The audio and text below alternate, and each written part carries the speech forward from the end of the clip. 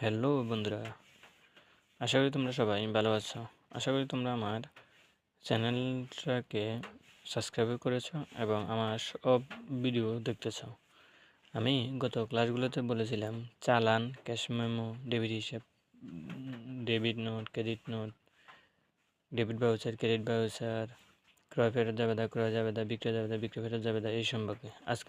আজকে আমি তোমাদেরকে শুধুমাত্র নগদ প্রাপ্তি জাবেদা এবং নগদ প্রদান জাবেদায় বলতে কী বোঝায় বা তোমরা কীভাবে করবে এই সম্পর্কে বলবো।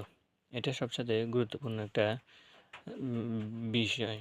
তোমাদের অঙ্কে যে কোনো একটা আসতে পারে।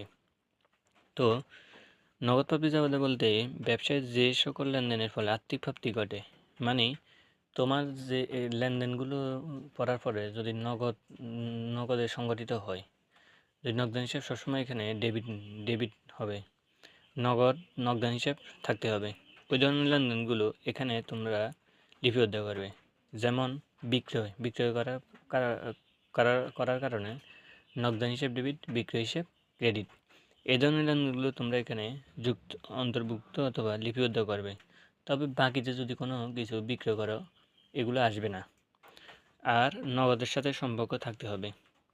আর নগদ প্রদান জাবেদা নগদ নগদের অর্থ প্রদান মানে তোমার থেকে চলে যাবে, এরকম যদি লেনদেনগুলো লিপিবদ্ধ হয় তাহলে তোমরা নগদ প্রদান জাবেদায় লিখবে। আর নগদ প্রাপ্তি জাবেদায় গড় 8টি, নগদ প্রদান জাবেদায় গড় 9টি। নগদ প্রাপ্তি জাবেদায় তারিখ, ক্রেডিট হিসাব সূত্র, নগদান হিসাব ডেবিট, বাট্টা হিসাব ডেবিট, বিক্রয় হিসাব ক্রেডিট, দেনাদার হিসাব ক্রেডিট, অন্যান্য হিসাব ক্রেডিট। আর নগদ প্রদান জাবেদায় তোমরা শুধুমাত্র নতুন করে একটি গড় যুক্ত করবে, তার নাম চেক নাম্বার। চেক নাম্বারটা তোমরা নতুন করে যুক্ত করবে।